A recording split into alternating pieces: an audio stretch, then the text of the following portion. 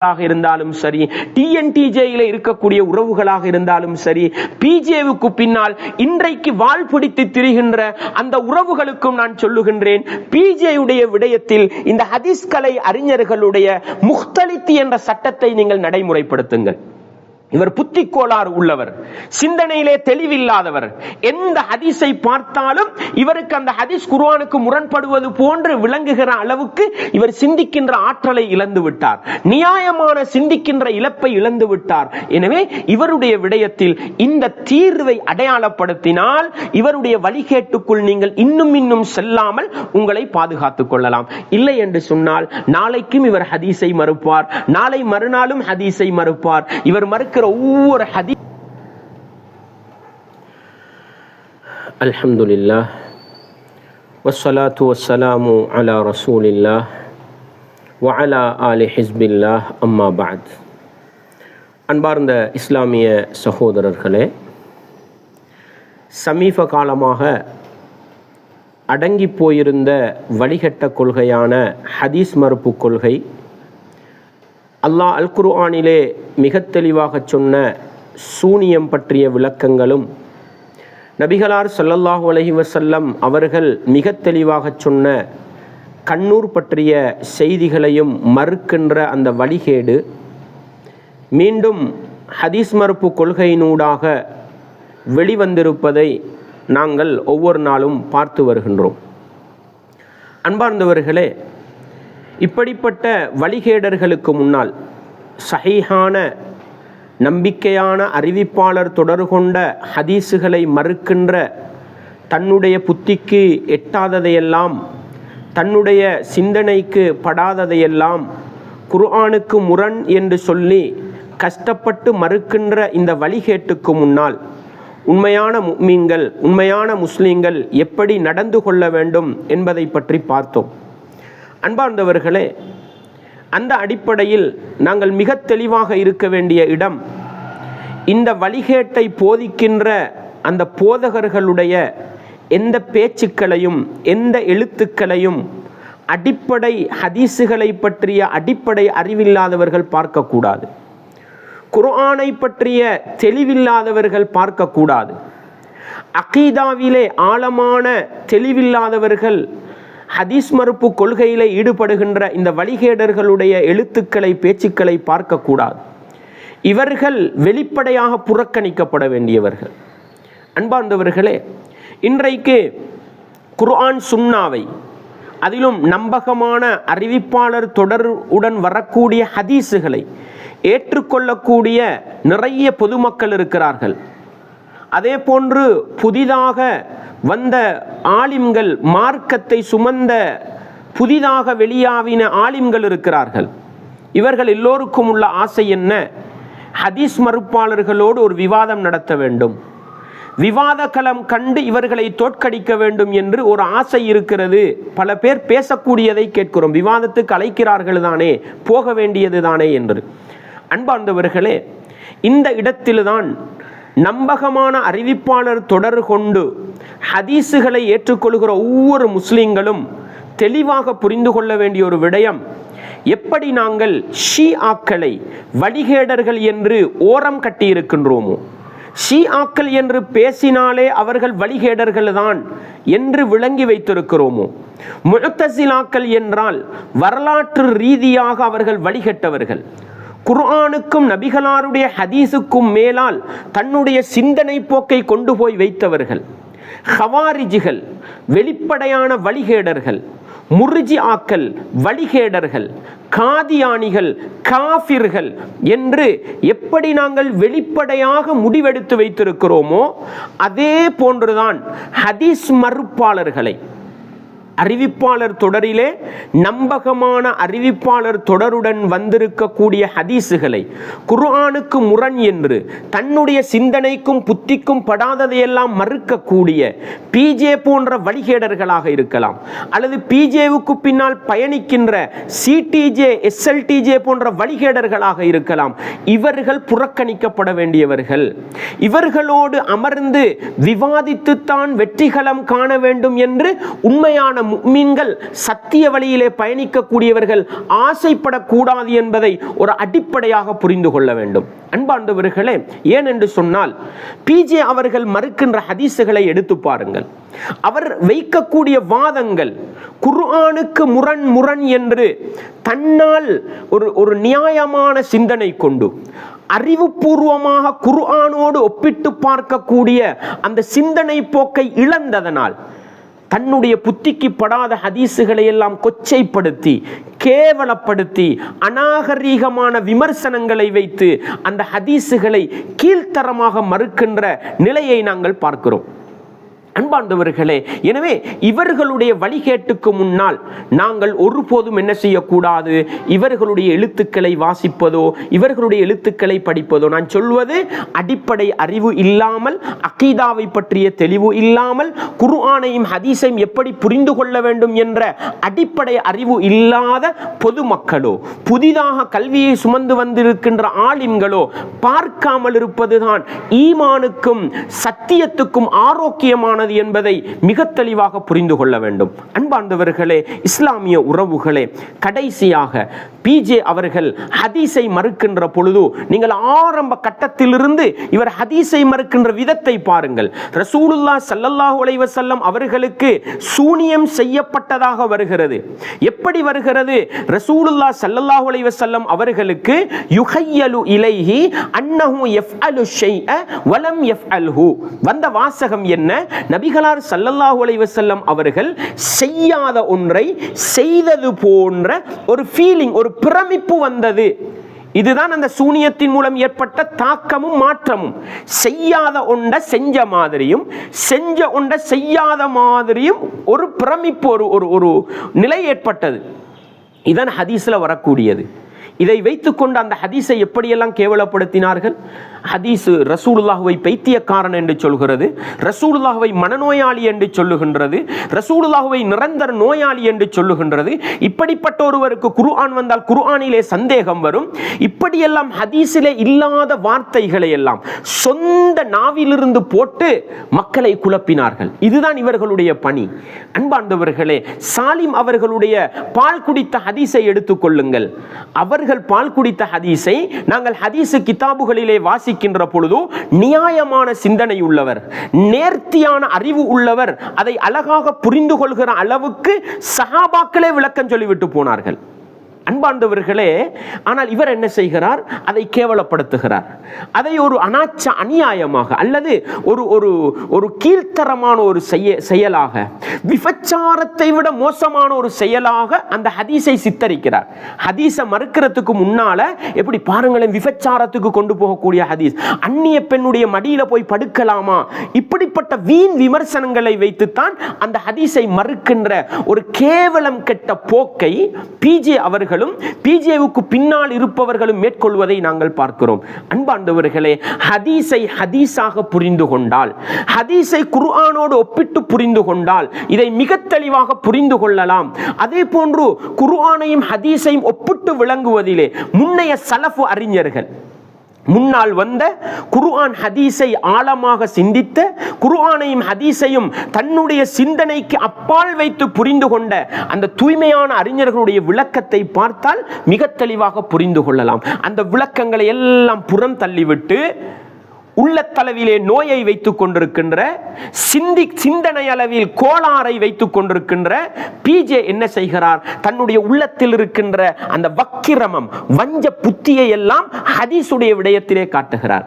தன்னுடைய சிந்தனை கோளாறை ஹதீஸுடைய விடயத்திலே, புத்தி கோளாறை ஹதீஸுடைய விடயத்திலே வைத்து ஹதீஸை கேவலமாக சித்தரித்து குர்ஆனுக்கு முரண்பாடாக காட்டி ஹதீஸை மறுக்க ஆரம்பித்திருக்கிறார்.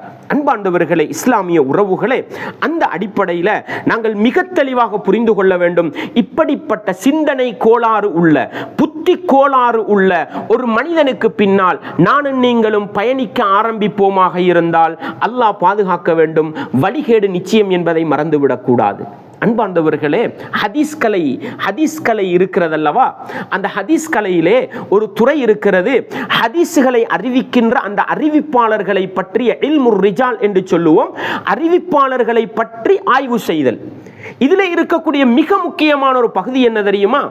அதுல ஒரு அறிவிப்பாளரை பத்தி அவர் நம்பகமானவரா, பலவீனமானவரா, உண்மை பேசக்கூடியவரா, பொய் பேசக்கூடியவரா, மனநசக்தி அதிகம் உள்ளவரா, மனநசக்தி குறைந்தவரா என்று ஆய்வு பண்ணுகின்ற ஒரு கலை இருக்கிறது.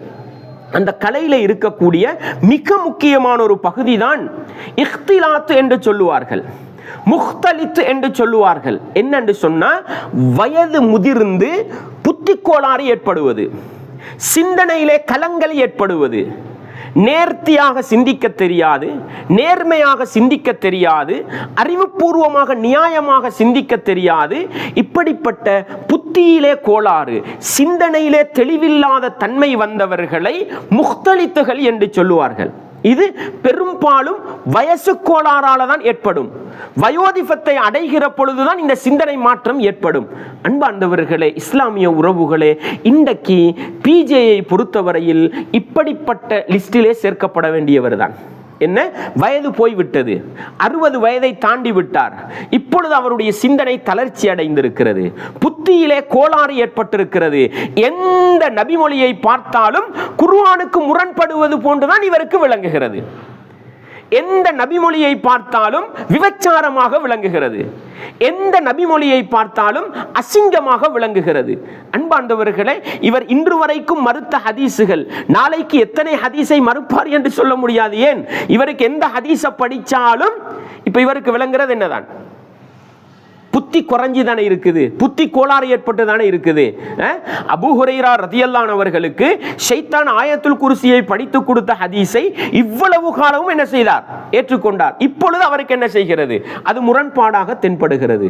அன்பார்ந்தவர்களே, இஸ்லாமிய உறவுகளை, இம்ரான் இப்னு ஹுசைன் ரலியல்லாஹு அவர்களுக்கு சலாம் சொல்லப்படுவதை அவர் கேட்டார், மலக்கு சலாம் சொல்வதாக முடிவெடுத்தார். அது இவருக்கு கோளாறாக விளங்குகிறது, பைத்தியக்காரத்தனமாக விளங்குகிறது. அன்பார்ந்தவர்களே, இஸ்லாமிய உறவுகளே, இப்படி இவருடைய புத்தி மழுங்கி போனதனால, இவருடைய சிந்தனை தெளிவற்று போனதனால, இவருடைய மூளையிலே கோளாறு ஏற்பட்டதனால, வயசு கோளாறின் காரணமாக 40 வருடத்துக்கு முன்னால் பேசிய, 40 வயதுக்கு முன்னால் பேசிய, 50 வயதுக்கு முன்னால் பேசியவைகளுக்கெல்லாம் நேர் மாற்றமாக பேசக்கூடிய காட்சியை பார்க்கிறோம்.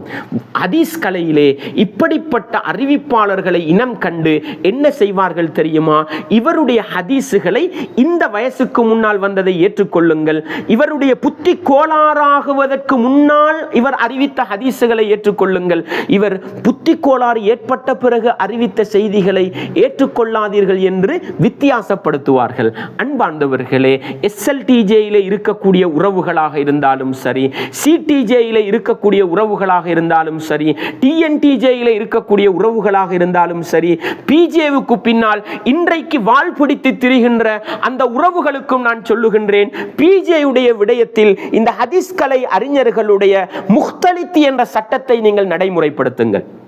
இவர் புத்தி கோளாறு உள்ளவர், சிந்தனையிலே தெளிவில்லாதவர், எந்த ஹதீஸை பார்த்தாலும் இவருக்கு அந்த ஹதீஸ் குர்ஆனுக்கு முரண்படுவது போன்று விளங்குகிற அளவுக்கு இவர் சிந்திக்கின்ற ஆற்றலை இழந்து விட்டார், நியாயமான சிந்திக்கின்ற இழப்பை இழந்து விட்டார். எனவே இவருடைய விடயத்தில் இந்த தீர்வை அடையாளப்படுத்தினால் இவருடைய வழிகேட்டுக்குள் நீங்கள் இன்னும் செல்லாமல் உங்களை பாதுகாத்துக் கொள்ளலாம். இல்லை என்று சொன்னால் நாளைக்கும் இவர் ஹதீஸை மறுப்பார், நாளை மறுநாளும் ஹதீஸை மறுப்பார். இவர் மறுக்க ஒவ்வொரு ஹதீசுகளுக்கு பின்னாலும் நீங்களும் எந்த காரணமும் இல்லாமல் ஹதீசுகளை மறுத்து வடிகட்டு போக வேண்டிய ஒரு நிலை வரும் என்பதை நானும் நீங்களும் ஒருபோதும் மறந்துவிடக் கூடாது. அன்பார்ந்தவர்களே, அதே போன்று பாருங்கள், ஹதீஸ் கலையிலே இருக்கக்கூடிய மிக முக்கியமான ஒரு செய்திதான் அறிவிப்பாளர்களை பற்றி விமர்சனம் செய்கிற அந்த பகுதி. ஆனா இன்றைக்கு நாங்க எப்படி தெரியுமா? எங்களுக்கு மார்க்கத்தை சொல்லித்தாரவர் யாரு, எங்களுக்கு குர்ஆன் சுன்னாவை சொல்லித்தாரவர் யாரு, அவரை பத்தி ஓரளவுக்காவது தேடி பார்க்கிற நிலையில இல்ல. அன்பார்ந்தவர்களே, பிஜே அவர்களை பொறுத்தவரையில் ஒரு சில விமர்சனம் வைக்கப்பட்டது, அல்லாஹ் பாதுகாக்க வேண்டும். அந்த விமர்சனை நாங்கள் வைக்கவும் இல்லை, அந்த விமர்சனங்களை நாங்கள் கண்ணால் பார்க்கும் வரைக்கும் உண்மை என்று ஏற்றுக்கொள்ளப்பட போவதும் இல்லை. ஆனால் என்ன சொல்லுவோம் தெரியுமா? அவரவர்கள் வைத்த விமர்சனம் அவரவர்களே முடித்துக் கொள்ளட்டும் என்ற நிலையிலே இருக்கிறோம். ஜமாஅத்து தொழுகையை கணக்கெடுக்காதவர், தொழாதவர், புகைத்தல் பழக்கத்திலே ஈடுபடக்கூடியவர், பொருளாதார மோசடியிலே ஈடுபட்டவர், அந்நிய பெண்களோடு தகாத உறவிலே ஈடுபட்டவர். அல்லாஹ் பாதுகாக்க வேண்டும். இதையெல்லாம் நாங்கள் என்ன செய்யவில்லை, உண்மையா இருக்குன்னு நாங்க நம்பல. அல்லாஹ் போதுமானவன், நாங்க அதை அல்லாஹ்ட்ட பொறுப்பு சாட்டுறோம். இதை பத்தி பேசுற ரைட்டுக்கு நான் என்ன சொல்றேன்றதை நல்லா விளங்குங்க. அவர்களோடு இருந்தவர்கள் டிஎன்டிஜே தான், அவர்களோடு இருந்த சகோதரர்கள், பிஜேவுக்கு பக்கபலமாக இருந்தவர்கள், பிஜேயின் ஹதீஸ் மறுப்பு கொள்கைகளை துறை காண பேசியவர்கள், பிஜேயோடு ஒன்றிருந்தவர்கள், பிஜேயோடு ஒரே ஆபீஸிலே பயணித்தவர்கள், அவர்கள் வைத்த குற்றச்சாட்டுக்கள், இவர் தொழுவதில்லை, ஜமாத்து தொழுகையிலே கவனம் செலுத்துவதில்லை, அந்நிய பெண்களோடு தகாத முறையிலே பேசியிருக்கிறார், கதைத்திருக்கிறார், பொருளாதார மோசடியிலே ஈடுபட்டிருக்கிறார். இந்த விமர்சனங்கள் அனைத்தும் இருக்கிற ஒரு மனிதரைத்தான், இவர்தான் மார்க்கத்தை நல்லா பேசுறவர், குர்ஆன் சுன்னாவை நல்லா விளங்குறவர் என்ற இடத்துல கொண்டு வச்சிருக்கிறோம். அன்பார்ந்தவர்களே, அல்லாஹுவை பயந்து நிதானமாக சிந்தியுங்கள். இவ்வளவு கீழ்த்தரமான விமர்சனங்கள் விரோதிகளால வந்திருந்தா கணக்கெடுக்காம போகலாம். ஆனா வந்தது முழுக்க அவர்களோடு 20 வருஷம் 30 வருஷம் ஒன்றாக இருந்தவர்கள், அவர்களோடு பயணித்தவர்கள், அவர்களோடு சேர்ந்திருந்தவர்களால தான் இந்த விமர்சனம் வருது என்று சொன்னா, இப்படிப்பட்ட மோசமான விமர்சனங்களுக்கு சொந்தக்காரரான இந்த பிஜே ஹதீஸை விமர்சிக்கிறார் என்று சொன்னா எப்படி வர்ற கூற்றேற்றுக்கிறது? உடனே சிலர் வந்து மறுப்பு சொல்லுவாங்க. இந்தியாவில் ஒருத்தர் இருக்கிறார், பிஜேக்கு சொன்னா உடனே இவருக்கு என்ன செய்யும், அப்துல் ராசிக் உடனே நாளைக்கு வந்து பதில் சொல்றன்ற போர்வையில வாய் நிறைய ஏசித்து இருப்பார். இவருக்கு என்ன செய்யும், பிஜேயை விமர்சிச்சா இவருக்கு ரத்தம் கொதிச்சிடும். விளங்குதா? ஆனா பிஜே ஹதீஸை விமர்சிப்பார். நம்பிக்கையான பலமான அறிவிப்பாளர் அறிவிச்ச ஹதீஸ எந்த காரணமும் இல்லாம ஹதீஸ விமர்சிப்பாரு. அதை நாங்க ஏற்றுக்கொள்ளணும். ஆனா பிஜே விமர்சிச்சா என்ன செஞ்சிடப்படா, ஏற்றுக்கொள்ளப்படாது. இப்படிப்பட்ட மனநோயுள்ள ஒருவர் தான் யாரு, இந்த அப்துல் ராசிக். இவருக்குள்ள மனநோய் வேற. பிஜேக்கு வந்து புத்தி கோளாறு, சிந்தனை கோளாறு, முக்தலித் லிஸ்ட்ல வந்திருக்கிறாரு, அது வேற. அவருக்குள்ள விமர்சனங்கள் வேற. ஆனா இவருக்கு அப்துல் ராசிக்கு வந்திருக்கிற விமர்சனம் என்னன்னு சொன்னா பிஜே மனநோய். பிஜேயை யாராவது குறை சொல்லிட்டா இவருக்கு ரத்தம் கொதிக்கும். அடே, அவர் ஹதீஸுக்கு பச்சை பச்சையா விமர்சனம் செய்யறாரு, ஹதீஸ கேவலப்படுத்துறாரு. ஹதீஸ சொன்ன இம்ரான் இப்னுல் ஹுசைன் அவர்களை பற்றியும், அவர்களுக்கு பின்னால வந்த அறிவிப்பாளர்களை பற்றியும், அந்த செய்தியை பதிவு செய்த புகாரி முஸ்லிம் போன்ற அறிஞர்களையும் நையாண்டி பண்ணுகிற அளவுக்கு, கேவலம் பண்ணுகிற அளவுக்கு தகவல் சொல்றாரு. எங்களுக்கு ரத்தம் கொதிக்கல, கோபம் வரல. பிஜியை விமர்சிச்சுட்டா என்ன செய்யுது, கோபம் வருது என்று சொன்னா, அன்பார்ந்தவர்களே, அப்துல் ராசிக் அவர்களுக்கு நான் சொல்கிறேன், அப்துல் ராசிக் அவர்களே, உங்களுக்கு பின்னால் இருந்த பல பேர் சத்தியத்தை அடையாளப்படுத்தி கொண்டு போய்விட்டார்கள். சகோதரர் ஃபர்சான் நலீமியாக இருக்கலாம், அவரோடு சென்ற சனா மிஸ்காக இருக்கலாம், அல்லது சாதாத் பிரதராக இருக்கலாம், அதே போன்று டிஎன்டிஜேவிலே பயணித்த அப்பாஸ் அலியாக இருக்கலாம். இது போன்ற அடுக்கிக் கொண்டே போகலாம். உங்களுக்கு பின்னால் பயணித்த பலரும் பிஜேயுடைய தவறுகளை இனம் கண்டு, பிஜேயுடைய சிந்தனை கோளாறை இனம் கண்டு அவர்கள் நேர்வழியை நோக்கி பயணித்திருக்கிறார்கள். அல்லாஹ்வுக்காக சொல்கிறேன், நீங்களும் பிஜே பக்தனாக இருக்காதீர்கள். பிஜேயின் மீது எல்லை மீறி பக்தி கொண்டவராக இல்லாமல் ஹதீஸுகளை நேசிக்கிற மனிதராக மாறுங்கள். நீங்கள் சஹாபாக்களை நேசிக்கிற மனிதராக மாறுங்கள். மேடை போட்டு சஹாபாக்களை விமர்சிக்கிறீங்களே, சஹாபாக்களோட வாழ்க்கையில நடந்த குறைகளை எல்லாம் எடுத்துக்காட்டி இப்படி தவறு செஞ்சவர், இப்படி குறை பேசினவர், இப்படி பிழையா ஃபத்வா கொடுத்தவர்ட செய்தியை ஆதாரமா எடுக்கலுமா, அவர விளக்கத்தை எடுக்கலுமான்னு கேட்கிற நீங்க, உங்களோட பிஜியை பத்தி இத்தனை விமர்சனம் வந்திருக்குதே, பிஜே இவ்வளவு கேவலமானவர் வந்திருக்குதே, அதை எடுக்க மாட்டீங்களா? என்ன முடிவுக்கு வரீங்க? அப்துல் ராசிக்கை பார்த்து ஒரு கேள்வி கேட்கிறேன். சஹாபாக்களோட வாழ்க்கையில நடந்த பிரச்சனைகளை எல்லாம் பேசி சஹாபாக்களே ஆய்வு பண்ணித்தான் தகவல் எடுக்கணும்னு பேசுற நீங்க பிஜே ஆய்வு பண்ண மாட்டீங்களா? ஏன்னா பிஜே சஹாபாக்களை விட சிறந்தவரா? எனவே அன்பார்ந்தவரே, அப்துல் ராசிக் அவர்களே, உங்களுக்கு நான் இரக்கத்தோடும் பாசத்தோடும் கருணையோடும் சொல்லிக் கொள்வது, சகோதரர் ஃபர்சான் நலீமி சிந்தித்தது போன்று, அப்பாஸ் அலி சகோதரர் சிந்தித்தது போன்று நீங்களும் நிதானமாக நியாயமாக சிந்தியுங்கள். சிந்தித்தால் பிஜே யாரு, அவருடைய வழிகட்ட கொள்கை என்ன, அந்த ஹதீஸ் மறுப்பு கொள்கையில், சூனிய மறுப்பு கொள்கையில், கண்ணூர் மறுப்பு கொள்கையில் நீங்கள் எப்படி போய் சிக்கி இருக்கிறீர்கள் என்பது விளங்கும். நீங்கள் வெறுமனே கண்ணை மூடிக்கொண்டு பிஜேவுக்கு பின்னால் போக ஆரம்பித்தால் அங்கேதான் நீங்கள் வழிகட்டு போகிற இடம் இருக்கிறது என்பதை நானும் நீங்களும் ஒருபோதும் மறந்துவிடக் கூடாது. எனவே ஹதீஸுகளை நாளுக்கு நாள் மறுத்து கொண்டு செல்லுகின்ற இந்த பிஜேயை பற்றிய ஒரு தெளிவான நிலைப்பாட்டுக்கு முஸ்லிம் சமூகம் வர வேண்டும். குறிப்பாக SLTJ, CTJ, TNTJ, பிஜேவுக்கு பின்னால் பயணிக்கக்கூடியவர்கள் தெளிவான ஒரு நிலைப்பாட்டுக்கு வர வேண்டும். இவர் ஹதீஸ்கலை அறிஞர்களுடைய பார்வையில் மார்க்கம் பேச தகுதியற்றவர், புத்தி கோளாறு உள்ளவர், சிந்தனை தெளிவு இல்லாதவர், பலவிதமான கேவலமான விமர்சனங்களுக்கு உட்பட்டவர், இவர் மார்க்கத்தை சொல்லித்தர தகுதியற்றவர் என்று முடிவெடுத்தால் இவருடைய வழிகெட்ட பயணத்திலிருந்து நாங்கள் விடுபட்டு நேர்வழியை நோக்கி பயணிக்கலாம் என்கிற முதல் பாடத்தை படித்துக் கொள்வோம். எனவே அன்பார்ந்தவர்களே, இந்த ஹதீஸ் மறுப்பு கொள்கை நாளுக்கு நாள் ஹதீஸுகளை மறுத்து செல்கிற இந்த கலாச்சாரத்துக்கு மத்தியிலே குர்ஆன் சுன்னாவை நேசிக்கிற சமூகம் நாங்கள் எப்படி பயணிக்க வேண்டும் என்ற பாடத்தை புரிந்து இந்த வழிகேட்டிலிருந்து விடுபட நானும் நீங்களும் முயற்சி செய்ய வேண்டும். வல்லவன் ரஹ்மான் எங்கள் அனைவருக்கும் துணை புரிய வேண்டும். வஆகிரு தஅவானா அனில் ஹம்துலில்லாஹி ரப்பில் ஆலமீன்.